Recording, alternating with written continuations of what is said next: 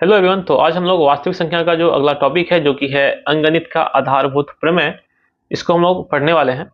इससे पहले वाले वीडियो में हम लोग यूक्लिड विभाजन एल्गोरिथम के बारे में पढ़ चुके हैं। तो आइए समझते हैं हम लोग कि अंकगणित का जो आधारभूत प्रमेय होता है ये एक्चुअली में होता क्या है। लेकिन इनको समझने से पहले हम लोग दो संख्याओं के बारे में बात करेंगे। एक है भाज्य संख्या और जो दूसरा है यह है अभाज्य संख्या। तो आइए सबसे पहले हम लोग समझते हैं कि जो भाज्य संख्या और अभाज्य संख्याएं क्या होती है। तो जिन संख्याओं का केवल दो गुणनखंड होता है उन्हें हम लोग अभाज्य संख्या कहते हैं, और वहीं जिन संख्याओं का दो से ज्यादा गुणनखंड होता है उन्हें हम लोग क्या कहेंगे, भाज्य संख्या कहेंगे। तो ये दोनों चीजों को हम लोगों को ध्यान में रखनी है। फॉर एग्जांपल अगर हम देखें यहाँ पे, अगर हम बात करें दो की, तो दो के केवल दो गुणनखंड होंगे, एक हो जाएगा एक और दूसरा हो जाएगा वह संख्या खुद यानी कि दो। उसी तरह से अगर हम बात करें तीन की, तो तीन के भी अगेन दो ही गुणनखंड होंगे, पहला हो जाएगा एक और दूसरा होगा वह संख्या सेम यानी कि तीन। उसी तरह से अगर हम 5, 7, 11, 13 किसी भी संख्या की बात करें तो इनके केवल और केवल दो ही गुणनखंड होंगे। जैसे कि हम बात करें 13 की, तो इनके हो जाएंगे 1 और 13। तो हम लोग यहाँ देख पा रहे हैं कि इन सभी संख्याओं के केवल और केवल कितने गुणनखंड हो रहे हैं, तो केवल दो गुणनखंड हो रहे हैं। इसलिए इन्हें हम क्या कहेंगे, अभाज्य संख्या कहेंगे। ऑलराइट। अगेन अगर हम बात करें भाज्य संख्या की, तो भाज्य संख्या हम उन्हें कहेंगे जिनके दो से ज्यादा गुणनखंड होते हैं।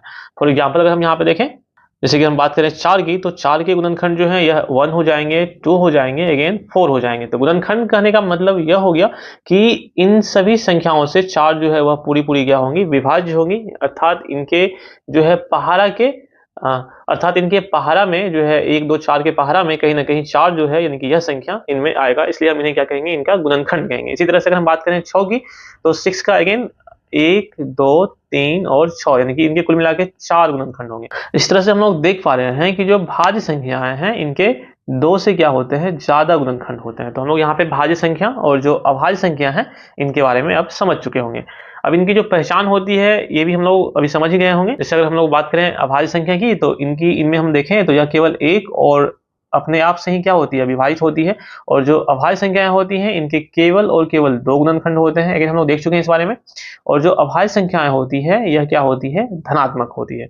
सिमिलरली इसी तरह से अगर हम लोग भाज्य संख्याओं की पहचान की बात करें, तो जो भाज्य संख्याएं हैं ये एक अपने आप और इसके अलावा किसी और संख्या से भी क्या होती है, विभाजित होती है।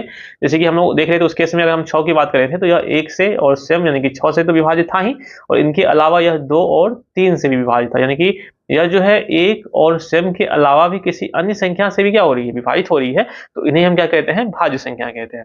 इसके बाद अगर हम देखें यहाँ पे, तो भाज्य संख्याओं के दो से ज्यादा क्या होते हैं, यह गुणनखंड होते हैं। और जो भाज्य संख्याएं होती हैं अगेन यह भी धनात्मक पूर्णांक होती है।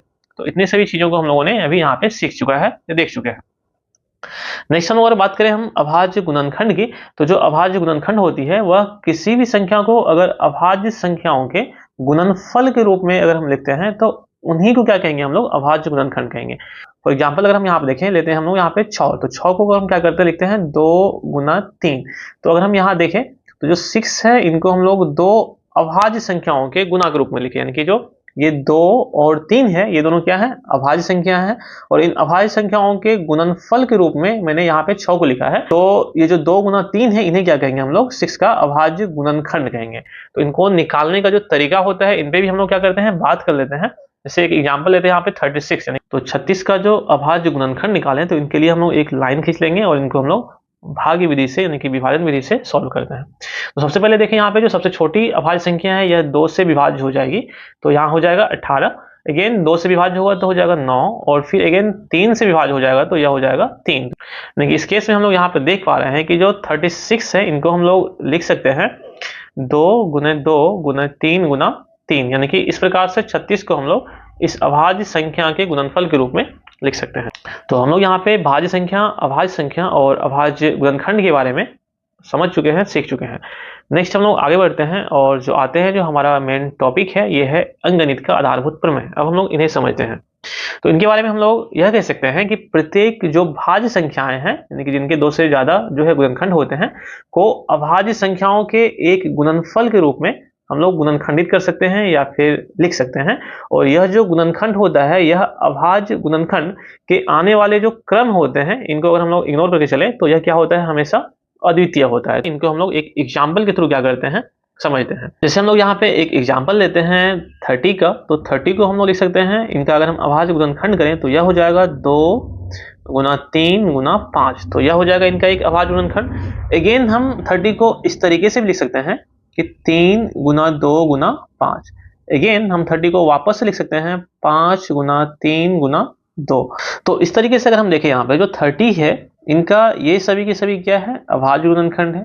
और इन सभी अभाज्य गुणनखंडों में इनका जो क्रम है ये क्या है, सब में अलग अलग आ रहा है। यानी कि हम देख रहे हैं यहाँ पे 2 पहले था, अब 2 बीच में आ गया है, और अब 2 यहाँ पे लास्ट में आ गया है। यानी कि अगर इस तरह से अगर हम लोग इनके क्रम को इग्नोर कर दें, यानी कि इनका जो सीरीज है, जो क्रम है, इनको हम लोग इग्नोर कर दें, तो जो अभाज्य गुणनखंड है वह हमेशा क्या होता है, एक ही होता है, यानी कि अद्वितीय होता है, यूनिक होता है। और ये सभी के सभी जो है यह 30 का ही अभाज्य गुणनखंड है।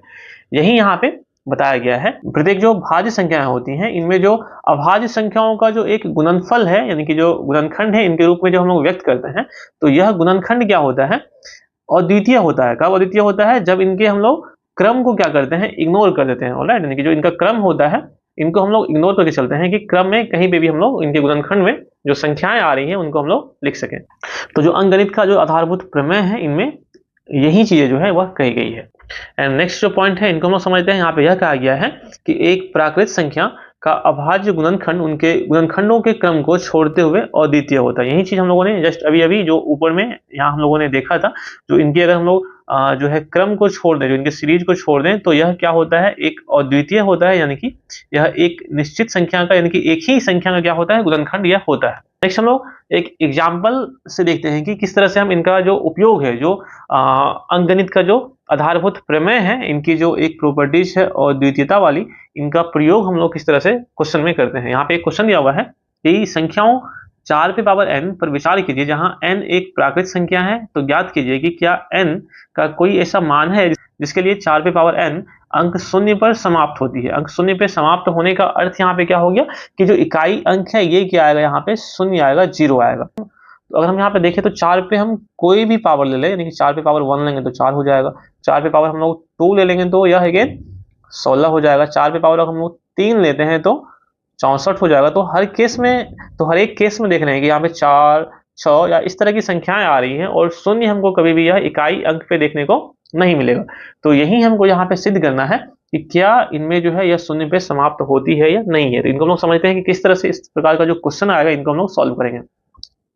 तो अगर हम देखें यहाँ पे जो किसी भी संख्या n के लिए जो 4 पे पावर n है, यह शून्य पे तभी समाप्त होगी जब वह 5 से क्या होगा, विभाज्य होगा। अर्थात कहने का मतलब होगी, अगर हम देखें जो कोई संख्या के इकाई अंक में 20 तभी आएगी जब यहाँ पे क्या होगा, यह संख्या 5 से क्या होगा, विभाज्य होगा। अर्थात यह 5 के गुणनखंड के रूप में क्या होगा, यह आएगा। यानी कि इस केस में अगर हम देखें तो 20 जो है इनके इकाई अंक पे शून्य तभी आ रहा है, यह तभी आ रहा है जब यह 5 से क्या हो रहा है, विभाज्य हो रहा है। ऑफ कोर्स 2 तो होना ही चाहिए, लेकिन 4 पे पावर n में तो 2 ऑलरेडी पहले से है ही, तो हम इनमें क्या देख रहे हैं, केवल जो 5 आ रहा है कि नहीं, हम लोग केवल यह देख रहे हैं। कहने मतलब यह हो गया जो शून्य पे तभी समाप्त होगी जब वह 5 से क्या होगी, विभाज्य होगी। अर्थात 4 पे पावर n का अभाज्य गुणनखंड जो होता है उनमें क्या होना चाहिए, तो 5 अवश्य रूप से आना ही चाहिए, जो कि यह संभव नहीं है। क्योंकि अगर हम इनको देखें तो 4 पे पावर जो n है इनको हम लोग लिख सकते हैं 4 पे पावर यानी कि होल पावर n, और इनको लिख सकते हैं हम लोग 2 पे पावर 2 और इन पे पावर n। अगेन 2 और n मल्टीप्लाई होकर हो जाएगा 2 पे पावर 2n। तो यहाँ पे हम देखें तो केवल और केवल जो 2 है वही इनमें अभाज्य संख्या के गुणनखंड के रूप में आ रहा है, और इनके अलावा इसमें कोई भी दूसरा अभाज्य संख्या जो है वह नहीं आ रहा है। यानी कि हम देखें यहाँ पे जो 4 पे पावर n है इनको 2 पे पावर 2n के रूप में लिख सकते हैं, और इसी कारण से जो 4 पे पावर n है इनके गुणनखंड में केवल 2 ही आ सकती है। यही जो है इसी चीज को क्या कहते हैं हम लोग, अंकगणित का आधारभूत प्रमेय का जो अद्वितीयता होती है, यही इनको कहा जाता है। और इसी के द्वारा हम यह बोल सकते हैं कि 4 पे पावर n जो होती है इनमें जो है 2 के अतिरिक्त कोई और जो अभाज्य गुणनखंड है या इसमें वह नहीं आ सकता है। तो ये जो चीजें हैं हम लोग यहाँ पे देख चुके हैं कि किस प्रकार से जो अंकगणित का जो आधारभूत प्रमेय है, इनकी जो अद्वितीयता होती है, इनका हम लोग प्रयोग करके किस तरह से जो क्वेश्चन होता है इस तरह के इनको हम लोग सॉल्व करते हैं। नेक्स्ट हम लोग आगे बढ़ते हैं, और जो इसमें नेक्स्ट जो समझने वाली चीजें हैं ये हम लोग जानते हैं।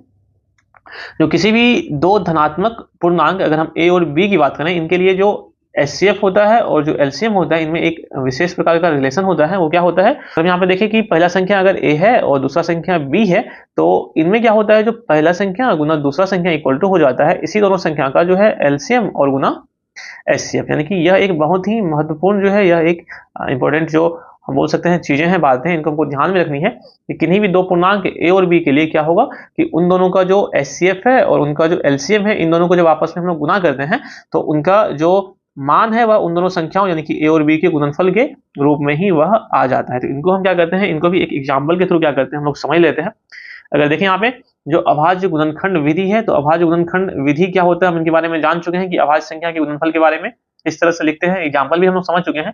इनके द्वारा हम क्या करते हैं 96 और 404 का एचसीएफ निकालते हैं और फिर इनका क्या करेंगे हम लोग एलसीएम निकालेंगे। तो 96 का जो एलसीएम हो जाएगा वो कितना हो जाएगा, तो 96 को हम लोग लिख सकते हैं यहाँ पे 2 गुना 2 गुना 2 गुना 2 गुना 2 गुना 3, यानी कि 2 यहाँ पे 5 टाइम आ रहा है तो इसको हम लिख सकते हैं 2 पे पावर 5 और 3 पे पावर 1 या फिर 3, यानी कि 96 को हम लिख सकते हैं 2 पे पावर 5 गुना 3। उसी तरह से 404 जो है ये कितना हो जाएगा 2 गुना 2 गुना 101, यानी कि 2 पे पावर 2 गुना 101। तो एचसीएफ जो होता है इनके बारे में हम बात करें तो एचसीएफ जो होता है वो प्रत्येक जो उभयनिष्ठ अभाज्य गुणनखंड होता है उनमें सबसे छोटी घात का जो होता है या गुणनफल होता है। तो अगर हम यहाँ पे देखें जो सबसे छोटा घात आ रहा है 2 पे पावर 4 और 2 पे पावर 4 इन दोनों में हमको मिल रहा है, तो जो उभयनिष्ठ जो सबसे छोटी घात है या 2 पे पावर 2 हो जाएगा और इसीलिए इनका जो एचसीएफ है वो क्या हो जाएगा 4 हो जाएगा। तो इस तरीके से हम लोग अभाज्य गुणनखंड विधि से किसी भी दिए हुए संख्या का एचसीएफ निकाल सकते हैं। और जब एचसीएफ निकाल लेंगे तो अगेन जो हम लोग फॉर्मूला या फिर जो हम लोग सामने में अभी हम लोग पढ़ चुके हैं कि एचसीएफ गुना एलसीएम इक्वल टू ए गुना बी हो जाता है। तो लेकिन उसी प्रकार से हम लोग इनका एलसीएम निकालते हैं तो ये क्या हो जाएगा दोनों संख्याओं का योगफल यानी कि 96 गुना 404, और इनको जब डिवाइड कर देंगे हम इनके जो एचसीएफ आ रहे हैं जो कि 4 है, इनसे हम डिवाइड करें तो अगेन जो इनका एचसीएफ है ये निकल जाएगा हमको 9696। तो इस प्रकार से हम लोग क्या करते हैं जो एलसीएम और एचसीएफ के बीच में जो रिलेशन है इनको हम लोग यूज करते हैं क्वेश्चंस को सॉल्व करने में। इतना समझने के बाद अगर हम बात करें प्रश्नावली 1.2 की तो ये चैप्टर जो है अब यह आसानी से बन जाएंगे। यहाँ हमको जानना था संख्याओं के अभाज्य गुणनखंड के बारे में जो कि हम लोगों ने यहाँ पे देख चुका है। उसके बाद एलसीएम और एचसीएफ के बीच में क्या रिलेशन होता है इनको भी हम लोग देख चुके हैं। अगेन एलसीएम और एचसीएफ जो अभाज्य गुणनखंड विधि से किस तरह से निकालते हैं वो भी हम लोग यहाँ पे समझ चुके हैं। इसके बाद हम लोगों ने जो अंकगणित का जो आधारभूत प्रमेय था उनका प्रयोग करके जो इनका जो अद्वितीयता का जो एक प्रॉपर्टीज था उनके थ्रू किस तरह से हम लोग इस तरह के जो क्वेश्चंस हैं इनको हम लोग सॉल्व करते हैं वो भी हम लोग सीख चुके हैं। तो कुल मिला के जो प्रश्नावली 1.2 है अब आप सभी से आसानी से बन जानी चाहिए। तो नेक्स्ट वीडियो में हम लोग बात करेंगे और परिमेय संख्याओं का जो पुनर्भ्रमण है इनके बारे में। So till then keep reading, keep writing and keep watching.